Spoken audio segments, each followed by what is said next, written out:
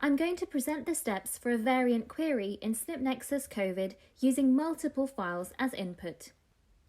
These files were obtained from the COVID-19 Host Genetics Initiative, COVID-19 infected and non-infected cohorts. Each query requires contact details to be provided for users to receive a notification once the results are available for the uploaded dataset. As you can see, SNPnexus COVID currently accepts inputs aligned to the HG38 genome assembly. Input variants, which can be uploaded as single nucleotide variants, or insertions or deletions, can be provided in several compatible formats. These different formats are presented in more detail in the online user guide. An example of a single sample query is available in the preceding video. Here, we shall explore how to upload data from 3 variant files. These can be uploaded as individual files or as a single compressed file. In this instance, the 3 variant files were compressed and uploaded as a single zipped file. Researchers can filter the uploaded variants by human genes with potential links to COVID from GenCode and Genomics England gene panels. These lists are updated regularly to ensure that researchers have access to the latest information. A range of annotations can then be selected based on researcher requirements. These comprise gene or protein consequences, resources geared at biological and clinical interpretation, such as GTEx, the human phenotype ontology, protein-drug interaction networks, and reactome pathways. In addition, annotation categories pertaining to effects on protein function, population frequency data, regulatory elements, conservation, non-coding scoring, and structural variants can also be selected. To maximize the results returned for this query, all annotation categories are selected. The query is then submitted. As the zipped file is decompressed, the results from each file are examined individually, with the dataset name assigned being extracted from the file name of the variant files. The status of each input file can be viewed and accessed from the upload page. Once all the files have been analysed, the full results are available from a cohort tab. Users will receive a notification email with links to the results. The first section of the results page provides researchers with a summary of their input and a list of filtering criteria available. On the left, the name of the dataset, B1, C1, C2 example, the human assembly, HG38, the number of files, 3, and the number of variations mapped, 20,320, are presented. Full results can be downloaded in either VCF or text format to be viewed locally.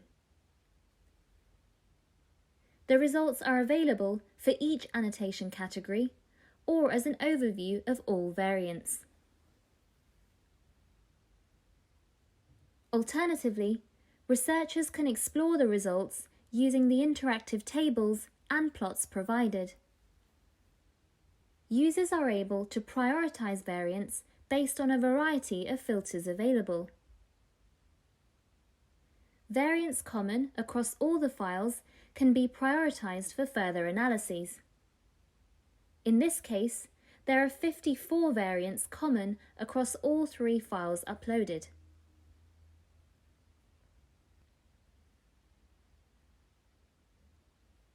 Alternative filtering options are based on variant characteristics, such as the type, trait association, genomic consequence, GTEx, phenotype and disease association, so human phenotype ontology and ClinVar, drug,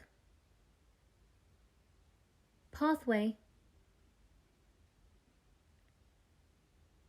predicted effect, conserved regions, and genes of interest.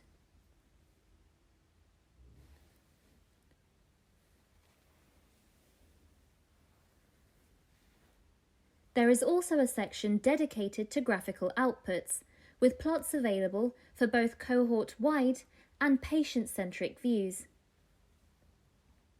The cohort-wide plots remain the same regardless of the dataset tab selected.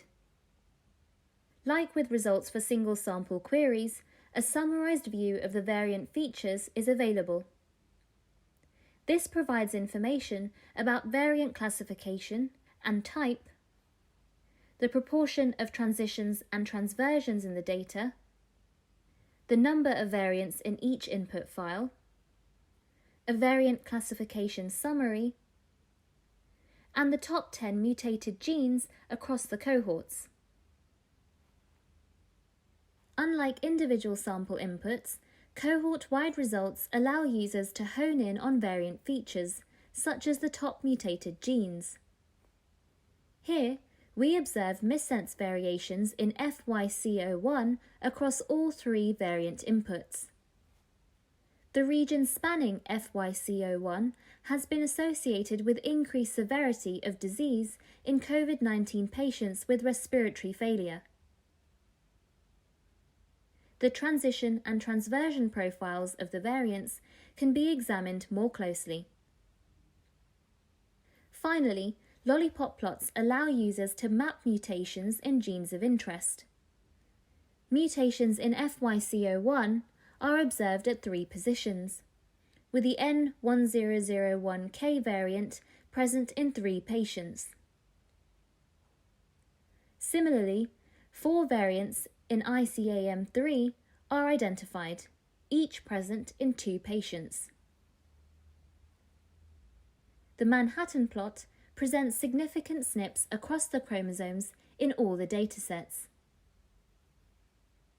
The patient or dataset-specific plots include plots presenting the proportion of input variants bearing different functional consequences. For these results, most of the variants identified are coding, with the majority classified as intronic.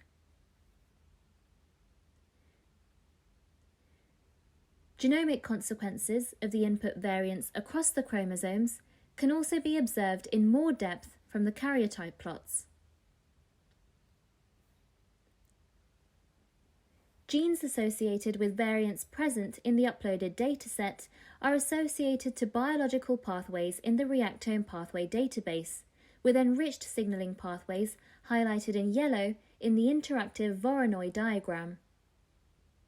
For the B1 dataset, we can see enrichment of GPCR downstream signaling. This is also present in a more pronounced manner in the C2 dataset.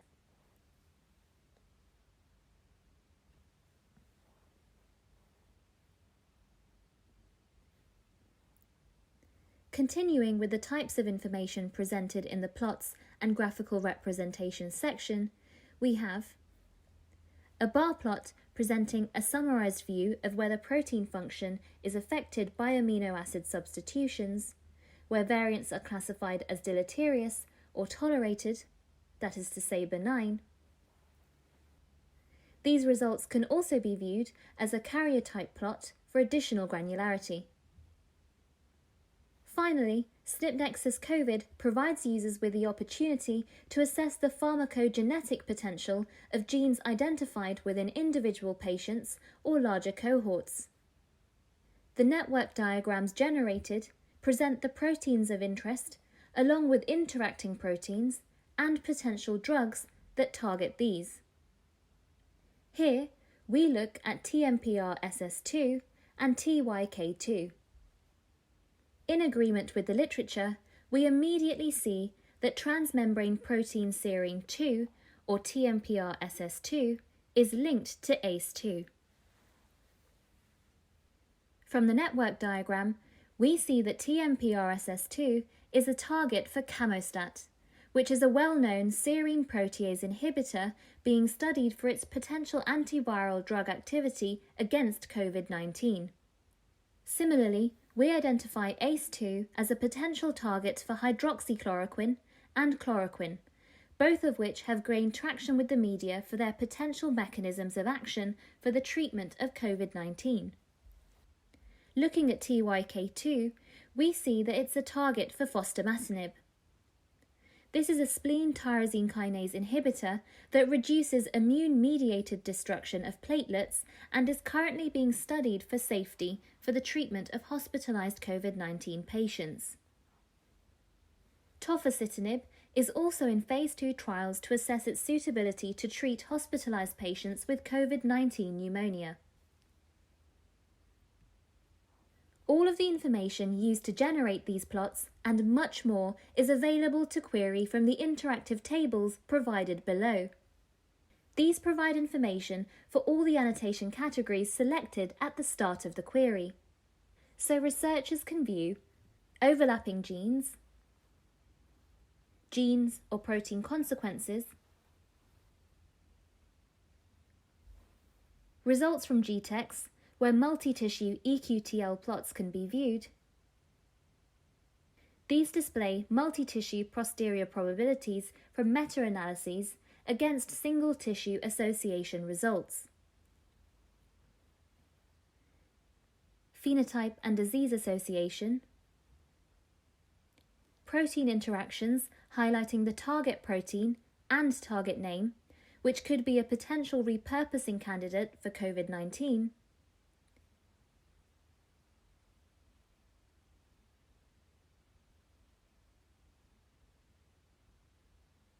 Pathways linked to the affected genes,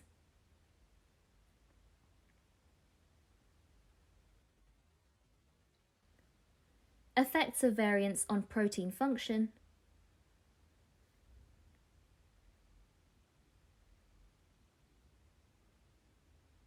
the frequency of variants in normal populations, regulatory elements, conservation, non-coding scoring, and structural variations.